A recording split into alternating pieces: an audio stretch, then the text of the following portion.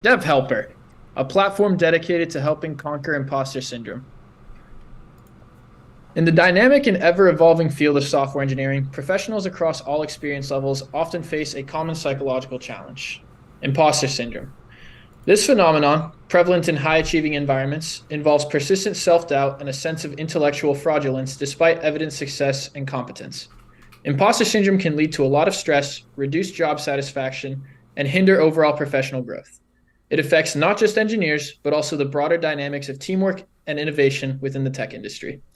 Studies show that a significant percentage of software engineers, from juniors to seasoned experts, experience imposter syndrome at some point in their careers, which affect their productivity and well being. Introducing Dev Helper. After recognizing the widespread impact of imposter syndrome in the tech community, our team has dedicated this semester to developing Dev Helper, an application that is uniquely designed to support software engineers in overcoming these challenges. The core features of Dev Helper include a personalized, encouraging message board to help users combat feelings of inadequacy and build confidence in their skills and accomplishments, as well as a carefully selected range of learning materials, from beginner tutorials to advanced technical guides, catering to the continuous learning needs of engineers at all levels. A key feature of Dev Helper is its user forum, which fosters a sense of community and belonging. Here, users can share experiences, seek advice, find mentorship, and further alleviate the sense of isolation often associated with imposter syndrome. Dev Helper isn't just an application. It's a movement towards fostering a healthier, more confident, and collaborative software engineering community. Our mission is to empower engineers to recognize their worth, embrace their journey, and thrive in their careers without the shadow of self-doubt. For user stories, our team developed and worked on implementing these main stories into our application. As users, we want to feel comfortable and encouraged while reviewing or learning technical skills. We want a user-friendly interface that prompts an encouraging message upon entering the site so that we don't get frustrated and lose motivation. We want to have access to a dedicated imposter syndrome section where we can find articles, videos, and success stories about overcoming self-doubt and feeling like an imposter. As beginners, we want to access a list of beginner-friendly resources for each recommended coding language, such as tutorials, coding exercises, and written guides so that we don't get overwhelmed by higher level exercises. As users, we also want to be able to share coding achievements and struggles with the supportive community, allowing us to celebrate successes and receive help when facing challenges.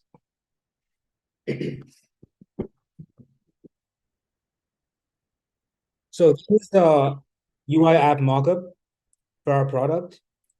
We have a login component, a register component, choose your own language component, a reset account or a password component, message component, and form component, as you can see on the left.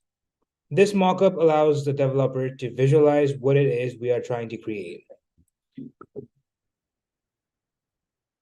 So this is the detailed mockup, zoomed in close, of the login and sign up page. The login page ideally will have our logo, the sign in feature, a place to put emails, a place to put passwords, the sign in button, and hopefully have a way to connect your social media platforms so you can better have more people to connect on the forum option of our product. And it should also ideally have a forgot password and a sign up option for people who either don't remember their password or need to sign up. If the user presses the sign up button, it should redirect the user to another page, which should ideally also have our logo, have the sign up, the email, the password, the option to reconfirm the password, then sign up, or to connect through one of their social media platforms. Here is a demo of the Dev Helper login and register functionality. First off, here are the tests that we created for 1, the login, and 2, the register.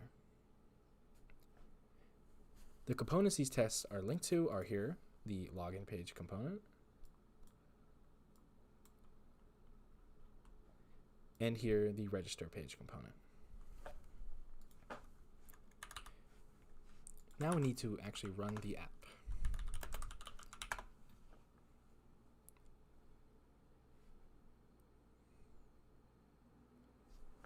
here is the login page.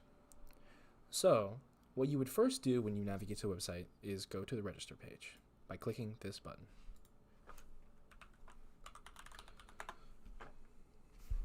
Once at the register page, you can sign up with an email and a password and click the register button. Then you would return to the login and you would input your email and password.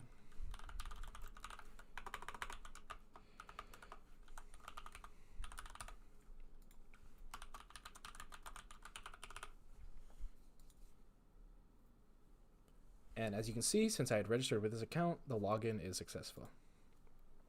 So these two are the UI mockups for the forgot password and the reset password.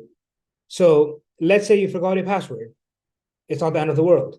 We have a button up here that says forgot password. And when you click that, ideally, you will be redirected to this page with our logo, the statement that says forgot your password, ? Where you will be asked to input your email and verify through your email, where you receive a verification code, and then once you verify that code, you can reset your password. This is the forum page. This slide, ideally, we would want to have implemented, but due to time constraints, we did not have the ability to finish it in time. This is something we should finish off once we have more time and more resources. Here's a demo for the settings component of DevHelper. This is the test we created for settings. And this is the actual component that the test is linked to. To access settings, you first need to be logged into DevHelper. Then you navigate to the settings button over here on the right. In settings, we currently have two different functions. One to choose your preferred language, and one to change the theme between dark and light, which has not been fully implemented yet, and with a little more time would work as intended. So this is a very important aspect for our product. This is the forum page. Since a key feature of DevHelper is its user forum, this is the way we visualize that it would be. The user so the icon on the left, the top left, is the user profile. Then there is the username. And then there is the post title, where the title of the forum or like the information will be. Then this is a template of like what the information would look like if it was filled up. The green arrow is the upvote button. If you like the comment, upvote it. The red arrow is a downvote button. If you didn't like it, you downvote it. This the cloud shape is the comment icon, which will either allow you to add comments or browse through comments. And on the right side of that, and on the bottom right, you see the button of write post. So if you want to write another post, that should ideally take you to a new version of this page, which is on the right. So this is what it will look like if you're trying to write a post. The username will be on the top. Then it's there's going to be an option where you can put the comment title. Then you post a comment, and then either you undo it if you don't want to post it, or you send it and it's going to be posted on the forum. You can also get redirected back to homepage to this button ideally, or if you want to just quit the application, this button works too. For the forum feature of our app, here's the tests written form. Here's the front end file.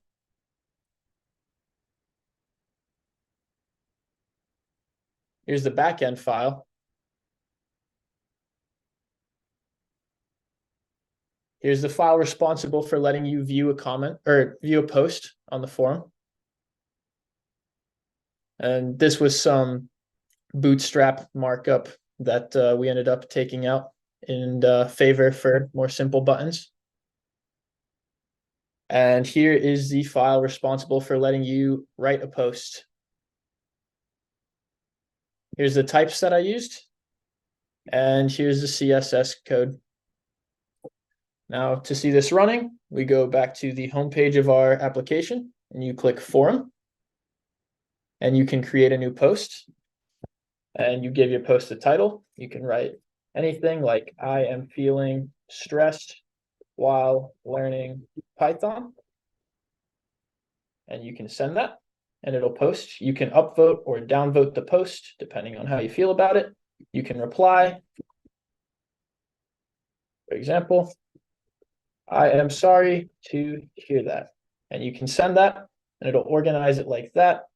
And, this will structure the architecture of the comments in a typical comment fashion. And you can create new posts and they'll organize themselves accordingly like this. And there's back to the homepage button that'll take you back. So this is what we envisioned that the homepage should look like. You should be able to, it should be interactive enough where you understand where you are, what's happening. Like in the left one, you go here, it says, hi user, what would you like to learn? And then you have a search bar with options for different programming languages. And on the right, since DevHelper is supposed to be an application that fosters a sense of community and belonging, we as a group felt that there should be an option with supportive messages as well. Like, for example, you're doing great. You've been working so hard. You're almost there. Don't give up. Sometimes these small messages might encourage people who are about to give up on their dreams to not give up. Because this is more than just a simple application. It's an application that will foster a sense of community and belonging. System overview diagram 1. So during this project, we were successful in creating components for the registration, the login, the access learning, the receive support, the write post, and the access database. For future work, to fully finish our application and complete our scope, we would still have to work further and implement an administrator that can access the database, as well as methods for the administrator to alter the database. We also need to implement the view records and the view profile components. And off to the right here, you can see the diagram in which these are demonstrated. System overview diagram 2. For this diagram, we were able to implement all of the diagram into our system. The only difference is that we changed the format slightly. To view language resources on our application, you must click one of the language buttons or the imposter syndrome button to be brought to the dashboard that contains links to websites to do exercises and quizzes, as well as a link to access the language glossary and documentation. On the imposter syndrome dashboard, there are links to videos and articles that help you become more confident.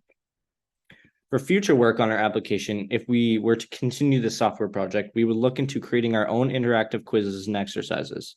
We would also look to gather more resources that foster the imposter syndrome. And over to the right, you can see this diagram. Our team developed functional requirements to give us a roadmap of what to implement. Some of these functional requirements we came up with were for main core features to implement, and others were for the creation, verification, and customization of a user's account. For the customization and creation of a user's account, we had these 4 functional requirements. The system shall allow the user to log in using an email and password. The system shall allow the user to register using an email and password. The system shall allow the user to change their email address that is linked, which was not fully implemented. And the system shall allow the user to change their password, which was not fully implemented. There are areas you can access on the app to attempt to change these things, but the functionality is just not quite there yet. With a little more time, it would be done. For the content section of the functional requirements, we had these 4. The system should include links to site categories related to specific skills, which it does, and this functions. The system should include a link to a settings tab, which it does. The system should include a form to discuss with other users, which it does.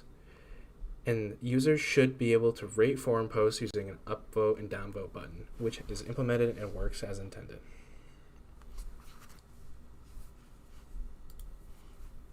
Our team created non-functional requirements to give us a better understanding of how we wanted our app to look and feel. We had a myriad of non-functional requirements, but I chose to hone in on the ones that were more geared towards the look and feel of our app. The non-functional requirements are as follows.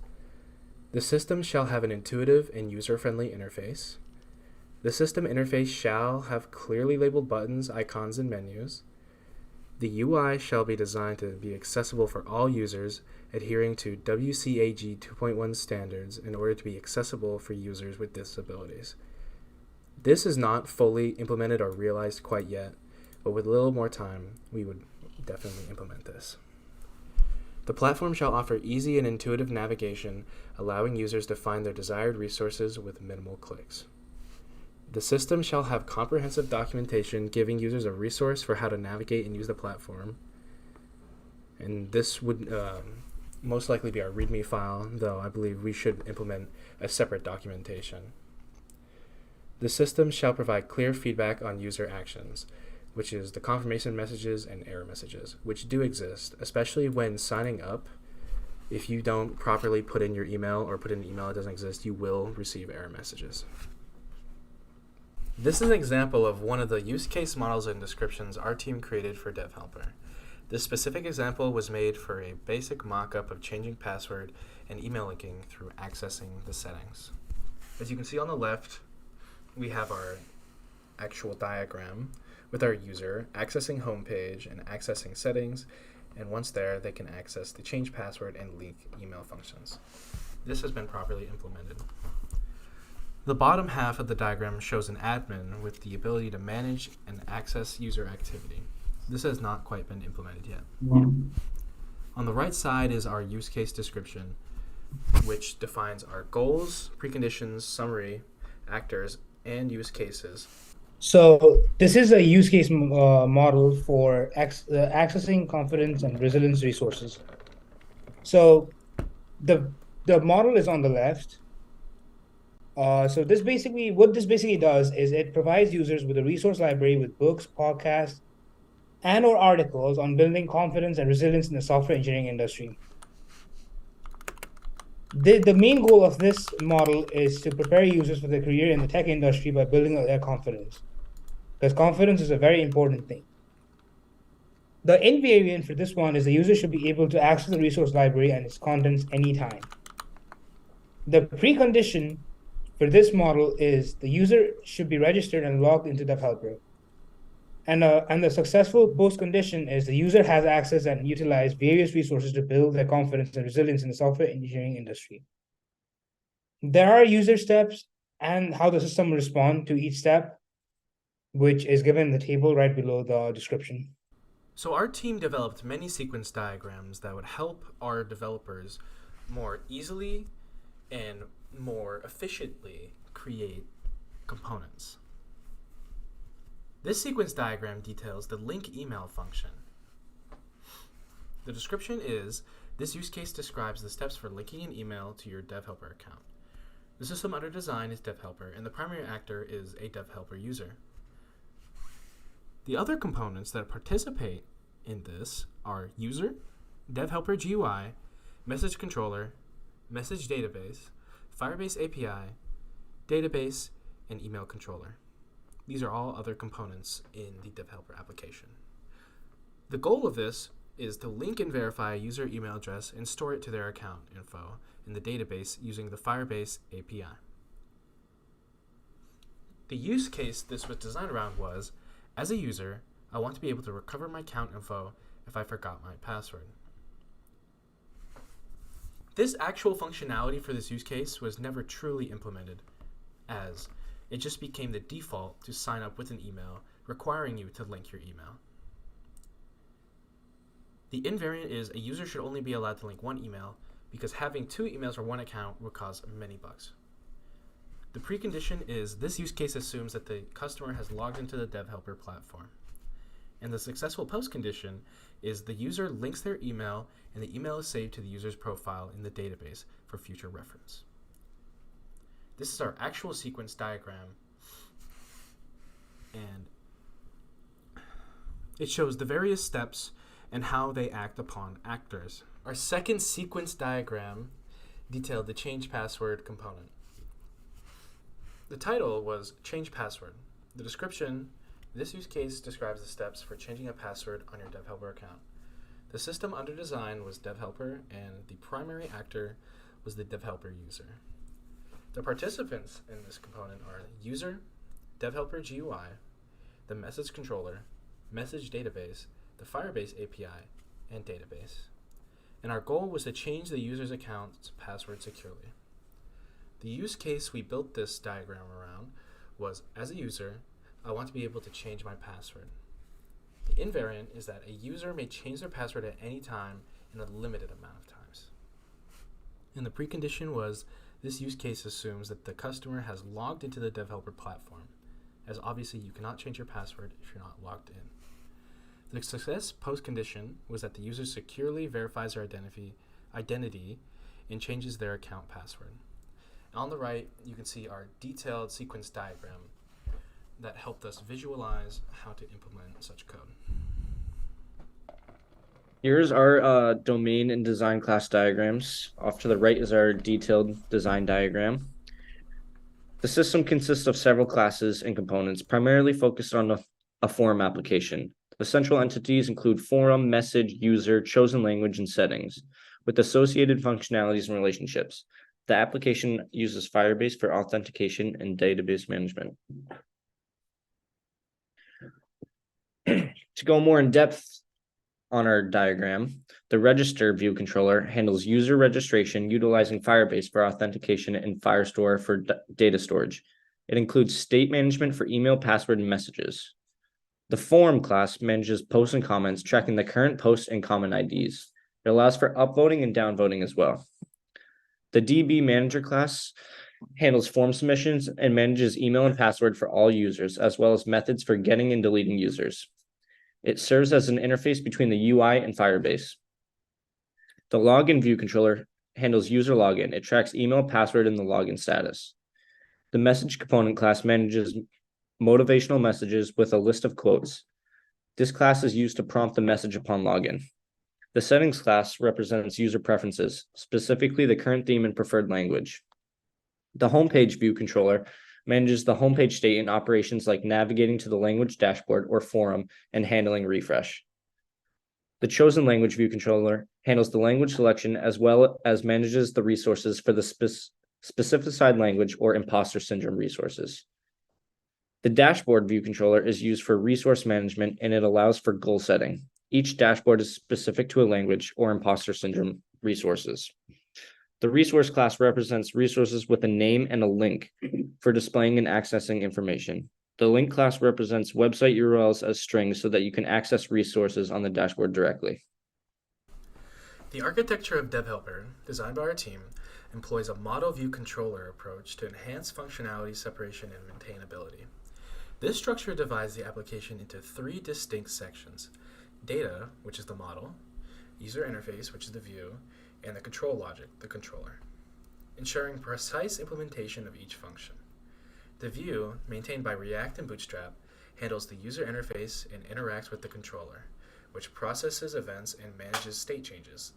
The model, interfacing with Firebase, manages application data and communicates updates to the view and controller, ensuring real-time data flow and UI updates. This architecture facilitates efficient development and easy management of the software. One design pattern we used was the observer. In the design of the forum, we employed the observer pattern. The justification of this design lies within the forum component where user content alters the application state. The observer pattern allows for our application to be responsive and interactive with users. The forum front end acts as the subject managing the state of the forum.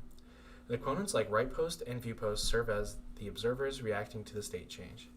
When a user creates a post using WritePost, this action will trigger an update in the forum front-end state.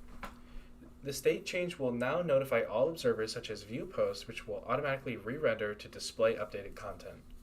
This design pattern ensures that the user interfaces remain in sync with inputted data so that there is no need for manual manipulations or explicit update calls, allowing for an easier user experience.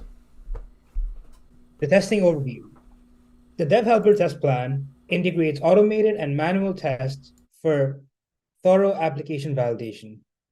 It includes unit tests for main components like developer.tsx, page components, and the CSS elements, with specific tests for functionalities such as language choice and forum interaction. While smaller components undergo basic testing, larger ones are extensively tested. The plan also includes automated use case tests for real world scenarios, covering essential features like language selection, forum usage, and the login register process, ensuring a seamless user experience and reliable application performance. However, we can improve it. The possible improvements are expand unit tests for under-tested components like settings and languages, enhancing the application stability and future-proofing. Update and reintegrate tests previously disabled due to code changes, ensuring full coverage and relevance to the current application. Implement additional integration tests to validate the seamless interaction between different application components. Establish a continuous testing and monitoring framework for real-time issue identification and resolution, especially for critical features. Enhance test case documentation for clear understanding and management, aiding in efficient tracking and evaluation of testing processes. Utilize test management tools for organized and transparent tracking of tests, improving efficiency and oversight in the testing lifecycle. With these improvements, it would be much better. Problems addressed and remaining issues. So DevHelper addresses a series of problems, one of which is a lack of emotional support. Many software engineers find that there's a distinct lack of emotional support throughout their career. DevHelper solves this by providing a new and engaging, emotionally supportive message to users every time they access the homepage. Another problem is a lack of simple resources. To many engineers, new ones specifically, there can often seem to be an infinite amount of complicated and confusing resources when coding. DevHelper condenses this plethora of information into an easy-to-understand section of helpful links and documentation for each language, as well as for imposter syndrome itself. Finally, there's a lack of a supportive community. There are many communities that offer help to developers out there, but oftentimes they are not beginner-friendly and supportive. DevHelper offers a forum for like-minded engineers struggling with imposter syndrome to provide support and encouragement to one another. Despite the problems addressed, there are still a few remaining issues, one of which being content relevancy. The tech world is constantly developing, and without a team of constant engineers, it is hard to maintain relevant coding-related content within DevHelper. Another problem is personalization. While DevHelper offers encouraging messages and other forms of emotional support to its users, it's hard to personalize this content in order to match each specific user. There's also the problem of community moderation. DevHelper offers a community forum for users to interact with one another and provide support and encouragement. However, we do not have a moderation team to ensure that all users are using the forum for its intended purposes. For contribution and workload distribution, I was in charge of the entire forum, the front-end view post, right post, back-end, and the forum tests. Gabe R., a developer, was in charge of the entire homepage, the message component, the database manager, the chosen language component, the dashboard component, setting up the Firebase backend, as well as the CSS implementation for those components, including the forum, link class and resource class, and test writing for the homepage, message component, database manager, chosen language component, and the dashboard component. Here are the components and the component tests that I was responsible for. Here are the chosen language tests. Here are the dashboard component tests, the DB manager tests, the homepage tests, and the message tests. Over here are the actual components. Here is the chosen language component. Here is the dashboard component. The DB manager component. The homepage component.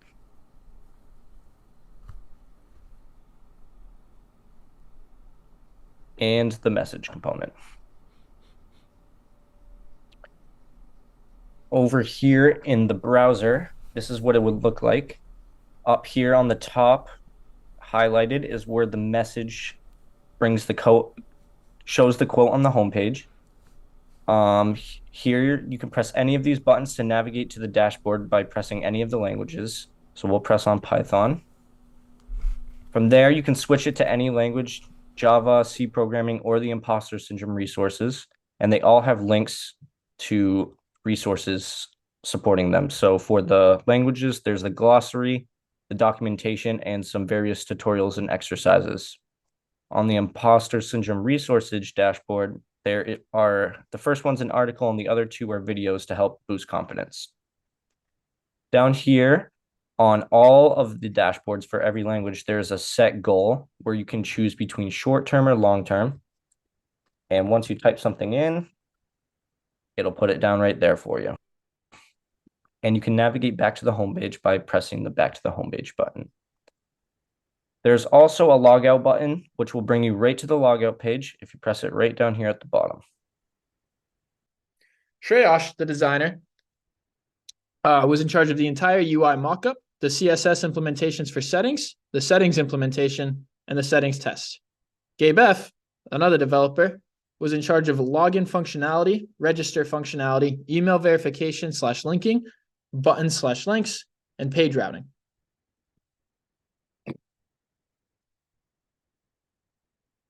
Some future work.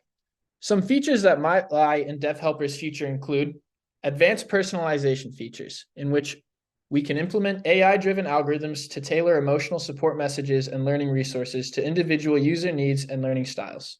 The goal for this would be to enhance user engagement and provide more targeted support. Another feature that might lie in DevHelper's future include technical upgrades, in which we'll upgrade to the latest web and mobile frameworks for improved performance and security. The goal for this being to ensure a seamless and secure user experience across all devices.